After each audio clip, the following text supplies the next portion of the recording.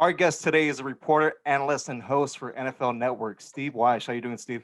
Hey man, I'm great. Good seeing you guys. East West Football Podcast, man. I love it. You guys are like all over, spread out all over the country. So I love the geographical bandwidth, for lack of a better expression.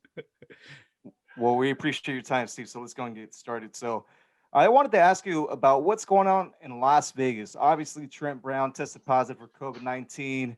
They sent pretty much the whole offensive line home. They got kicked off of Sunday Night Football, so now it's a 1 o'clock game. Just want to get the update. What's going on in Vegas? Well, look, they're having to follow the protocols. So the offensive line. It's not that all these guys tested positive. Trent Brown did, but all these guys were in contact with him, right? And so this is the contact tracing. So they've got to now go home and isolate for a couple of days and then test negative for a couple of days. But I also believe that the safety, Jamal Abrams, because he was in close contact at a later date, at like Tuesday, he's not going to have enough time to get back.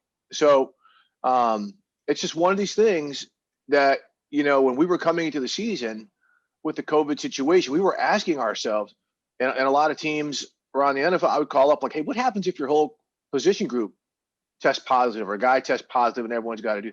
And so now we're seeing it play out in real time. And again, now it's a matter of if all the other guys test negative, they're going to be able to play. So it's just, look, man, a lot of guys are doing everything the right way and not testing positive. This goes throughout society. Then other people are doing everything the right way and they're still catching it. This is a contagious virus. So we just don't know how it's moving. We don't know how it's handling. And it sucks for all of us because we're all kind of going stir crazy right now. But we just have to continue to be diligent and strident. And, I talked about this with Darius Leonard, the linebacker for the Colts, and other players.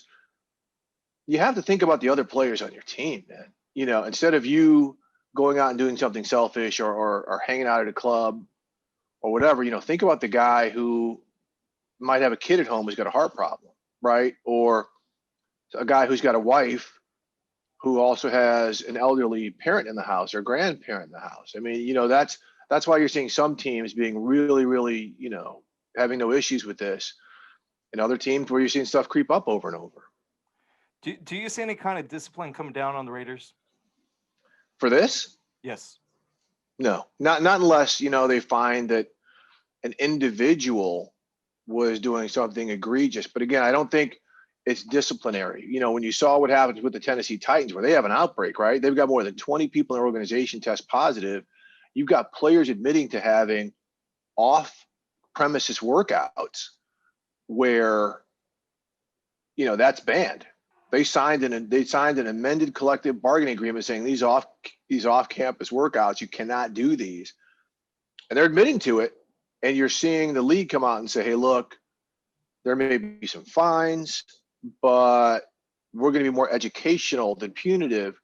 I don't think something like this, because you don't know. It's hard always to trace the genesis of where you got it, unless you're up in the middle of a rave with a bunch of COVID positive people, waving it, partying, so it's like that. So it's hard to trace exactly where you got it. Yeah, there were some reports yesterday, I believe, that they were saying that Trent Brown was not wearing his bracelet, and he was, the player obviously that had the COVID-19, Mm-hmm.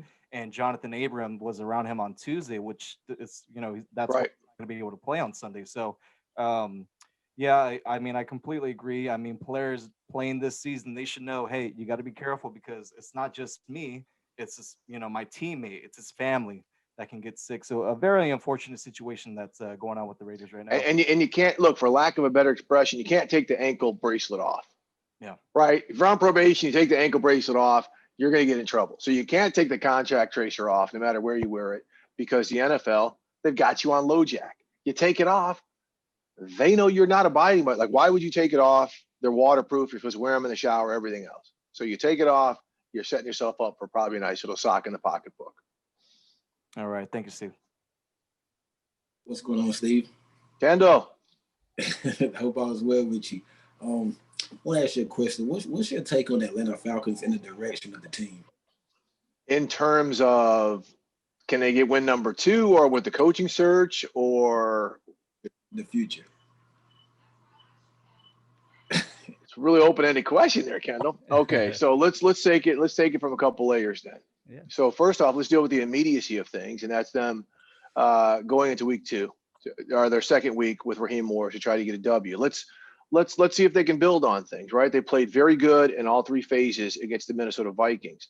But what you tend to see when interim coaches come in is the immediate spike because players are like, darn, as badly as things were going, it sucks that a coach is out of a job. A GM is out of, like, there's that personal, man, someone got fired because we didn't do our jobs as good as we could do them. Can that sustain? Because the Falcons are talented, man. That is a talented football team. So can they all of a sudden get it going? I spoke to Raheem Morris after the game, and I said, what changed in your messaging? He said, not much. He said, me and Dan Quinn, we have similar messaging to the players in preparation, but this is where the brotherhood, which Dan Quinn always talks about, the brotherhood meets the dirty bird, meaning Raheem Morris said if a guy messed up, we grabbed him on the spot. And if it was a stupid mistake that he did over and over, we got in his face. But if it's something like, hey, here's what you do on this play, blah, blah, blah, run the play again. See, a lot of coaches, when you go to practice, they stick to a script. Like, okay, we only have 2 hours with these guys. We got to hit all these plays in the script to get ready for, our got to have it plays, which are, 4th and 1, 3rd and 1, or you're on the plus side of the 10-yard line going to the end zone. Like, so they'll stick to the script instead of correcting mistakes and then try to correct them in the film room. So will that method continue to work for the Falcons this week? Now let's push it again, Kenny. I'm going long because you left me open-ended here. You got the trade deadline coming up, right? So are the Falcons going to be sellers? We'll see. Matt Ryan and Julio Jones have contracts as to where if they get traded, the cap hits are just absolutely egregious. So I wouldn't see either of those guys moving.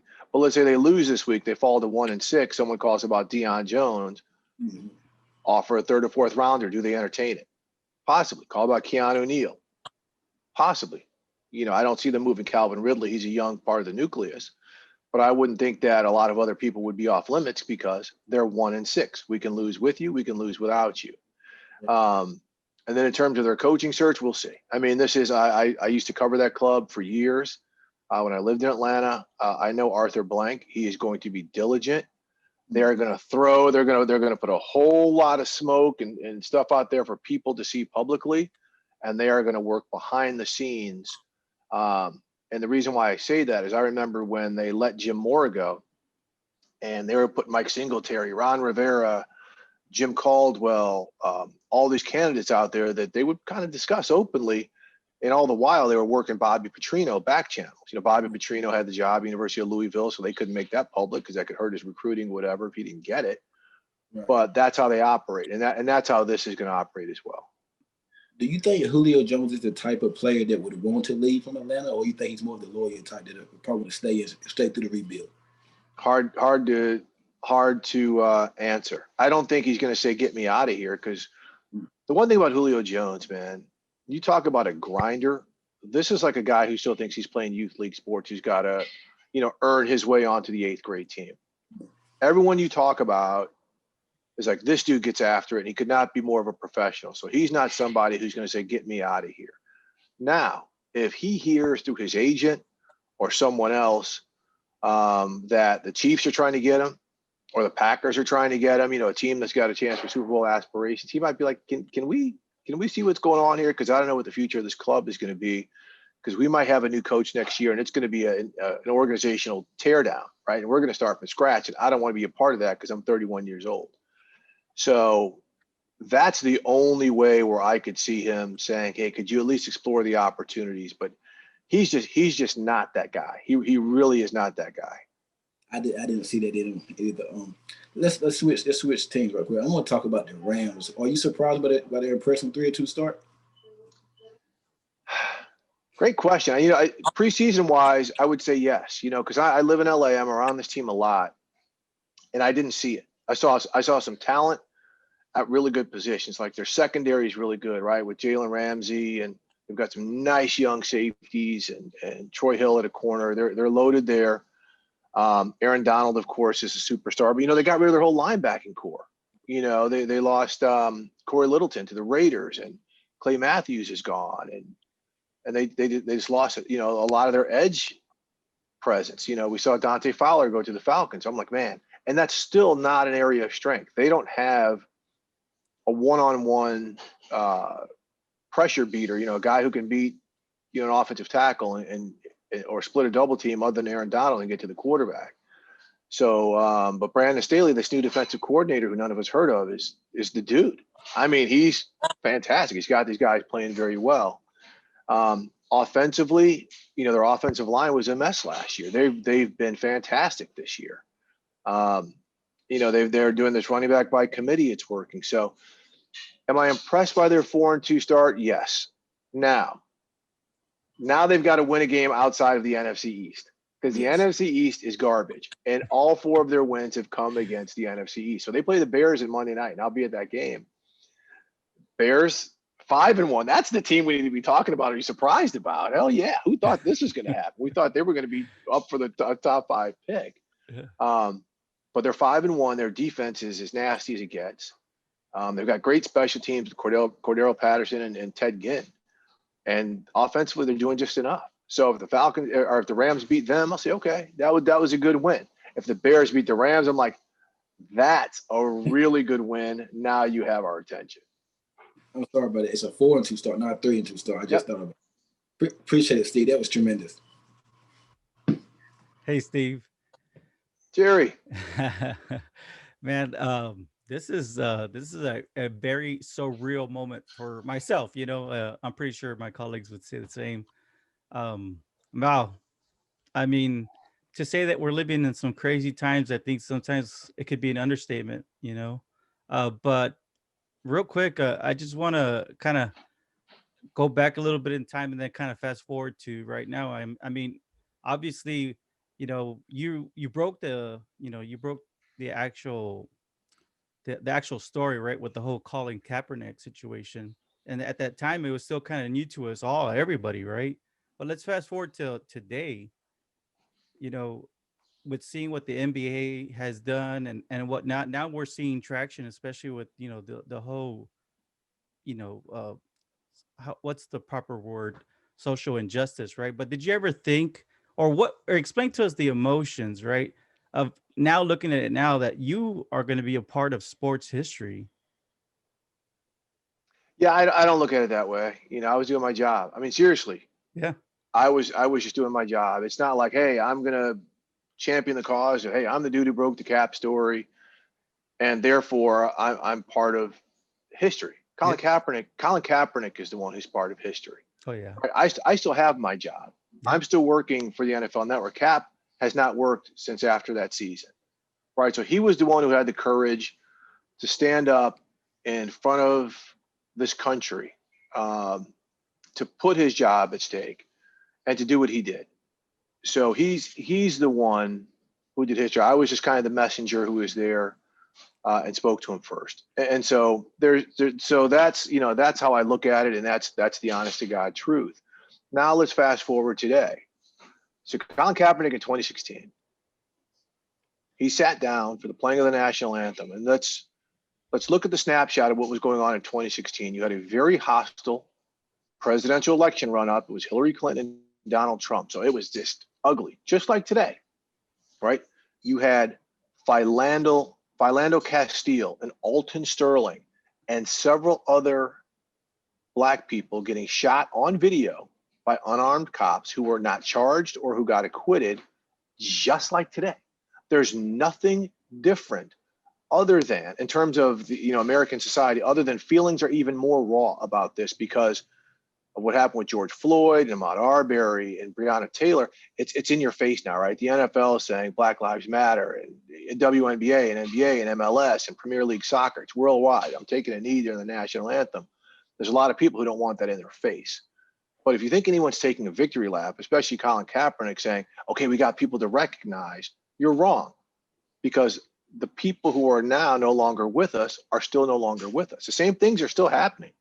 We're just talking about it more.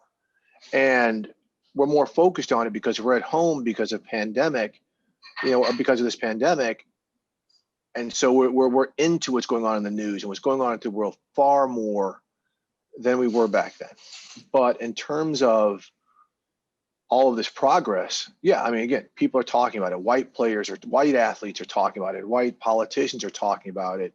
Sponsors who before were reluctant to embrace it are embracing it now. Don't think that's not for financial reasons, because what's been the target demographic of everybody, the NFL, all these major businesses, 18 to 35. These are the people who spend money. They go hang out. They do this and that. Well, those 18-year-olds were 14 years old when Colin Kaepernick did this 4 years ago. So they might not have understood what's going on. So who's been in the streets all summer? 18-year-olds. So these are the people who are these businesses and these professional franchises are like, oh, okay, these 65-year-olds who are curmudgeons and who are really against us 4 years ago, we can replace them with these 18-year-olds who are going to embrace the messaging that we hear them talking about. So again, don't think all of this is for the most sincerest of reasons. And so that's kind of the big change that we've seen in society with these pro sports teams, with athletes. I mean, look, Colin Kaepernick was singing solo, right? You had Eric Reed and Eli Harold with the Niners, and Kenny Stills and Michael Thomas with the Dolphins, and a few other players taking knees and raising fists. But he was kind of left, by himself. And he said that was fine because he didn't ask anybody to do this with him. But now there's more people doing it. So I think that's progress. But again, when it seems to legitimate action, like holding bad police officers and bad people accountable, call me when it happens, because, my phone hasn't rung. No, I totally understand. To say the least, maybe we're making progress in the right direction, but like you said, I think you said it clearly too. I think it starts with us, right, and being the best version that we can be Mhm. personally. One more thing, Steve. So, um, for the future, what would you like to see for the future of sports broadcasts, or sports reports? What would you like to see the end result, if anything, to from what we've seen, how you go about your business? What would you like to see for the future? Wow, that's a spectacular question, man. Um, I think for me, look, I'm 54 years old, right? I've got kids who are like you guys' age. So I've seen a lot, I've experienced a lot. But what I really would like to see, like, okay, you see me in front of the camera, you turn on NFL Network, you see a lot of um, black former athletes in front of the camera. We have MJ Acosta, who hosts Total Access. She's the first Afro-Latina to host a show on NFL Network. So let's say for the front-facing people, I would like to see more Latin people in front of the camera, because every time I go to a Rams game or a Chargers game, half the stadium, not this year, is filled with Latinos, right? So why don't we have messengers who can relate to them delivering the message, right? So, and not just in Spanish language, because there are a lot of Latinos who don't speak Spanish, right? So I think that's important. I also would like to see more Asian Americans, and especially Native Americans, delivering message. So let's say front facing, diversity. And I think women is a huge part of that, which is why I always salute and mention the WNBA as being the leaders with the social justice movement, because they were out there before Cap. You've got Megan Rapinoe with the U.S. Women's National Soccer Team doing what she did, right? And so, but the bigger issue is in the boardroom, right? So at NFL Network, the newsroom and stuff is on the first floor. The fourth floor is where all the decisions get made. Nobody looking like me up there. Okay, and that's universal. That goes throughout this whole industry. And so when you have a lot of these networks and making decisions on how stories are told and how you're going to cover events, they're made by people who don't look like the people we see on the field or on the court, right? And so that's where the power structure, and this is nothing new. My parents said this, my grandparents said this, the power structure in terms of decision makers and true diversity, that's where I think it needs to happen in this industry. Because, look, I've never in my life, like I said, I've been in this for 30 years now, I've never had a boss of color. Not once. Not once, not at the NFL Network, not at the Miami Herald, or I did have some Latino supervisors, but not at the Atlanta Journal-Constitution, not at the Washington Post, and not at the Richmond Times-Dispatch, okay? So you think about that, and all the years I've been in this, not once. That's crazy. That's insane. It is. It really is. And so I think we need fearless people like you guys to continue using your voices and trying to make the progress you're trying to make, and to really push, to continue this. Like I'm so happy to be on this podcast and seeing you guys and having these conversations, because this is where we need to be. And keep on amplifying your causes. Don't be afraid. Like when Cap took the knee, I was afraid to kind of push the envelope. Like, damn, I got kids to feed. I got a mortgage to pay. Now I'm kind of like, you know what? I can't be a chicken anymore. I've got to speak about it. I got to speak about the lack of Black coaches and the lack of Black GMs and women in certain roles, because I've got that platform and it's important. Thank you, Steve. And so for our listeners, you do have your own podcast. It's Huddle and Flow with Jim Trotter. I will say this. I think your first episode with Ron Rivera. Wow, that was. I mean, Wow. that was epic. I mean, I didn't know Ron Rivera was that knowledgeable of the situation. Like you said, you brought up the Hispanic culture. I mean, if you look it up, I mean, we're almost 61% of the population in the United States of America. So definitely, I recommend all our listeners to go check out, Steve's podcast, Huddle and Flow.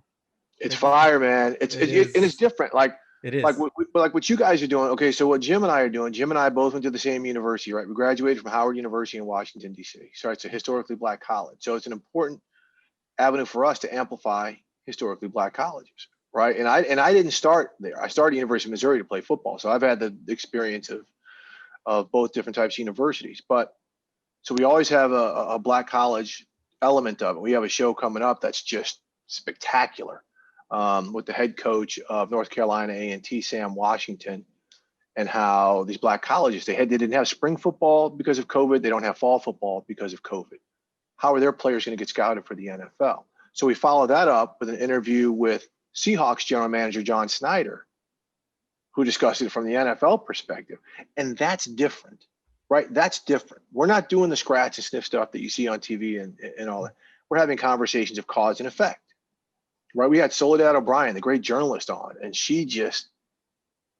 we talked about the industry. We talked about political reporting, about sports and politics. And it was scorched earth. It was brilliant. So yeah, listen to the podcast, because it is so different. It is so high IQ, and it is also very funny. And I will tell you this, we have some guests coming up in the next 2 weeks that a whole lot of people with much bigger platforms would love to get, but you know what? They want to come beyond with us. So make sure you listen.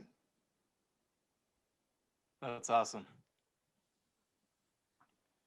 All right, Steve, before we let you go, I do have one last question to ask you. So the trade line is quickly approaching. Do you see any teams making a trade for a player? Maybe a team that's that's on the verge of going on a playoff run, that's missing at one position. Do you see anybody making a trade?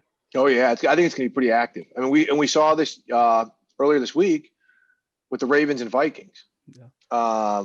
So the Vikings, they gave up a second rounder to Jacksonville to acquire pass rusher Yannick Ngakoue. He's one of the few players there who's been consistently good. He's got 5 sacks. They ship him to the Ravens for a late, that's going to end up being a late 3rd round pick. Yeah. So this is what I call reverse Robin Hood dealing, right? You stole from the poor and you gave to the rich. And so, yeah, we're going to see more of that, because I think you're going to see some teams just say bump it. We're going to try and get the high pick. If the Jets have anybody that teams want, I think we're going to see, them deal. There's going to be some teams. Again, we'll see if teams come after the Falcons players, but there's going to be dealing, and part of it, and we spoke to John Schneider about this, is because of COVID. Like, NFL scouts can't get on college campuses right now. They can't scout guys at practice, and that's where a lot of the scouting happens. How do guys interact with their teammates? How do they interact with their coaches? How do they get down on a Thursday practice for a game against Central Michigan and not, Clemson? And so they can't get that evaluation. So now they're like, man, we like this guy, but we don't have enough intel on him other than the coach's word let's go out and trade for somebody instead, because we know what that player can do as opposed to the mystery there. So John Schneider's even talking about like why they went out and got Jamal Adams. And they gave up those 2 first-round picks to get him. That's one of the main reasons why. So I think we're going to see a lot of activity around the trade deadline. All right, Steve. Well, appreciate your time, and hopefully we can catch up with you down the road. Anytime, gents, man, and best of luck to you. Thanks for having me on East West Football Podcast. Right on. Appreciate it. Thank you. You got it.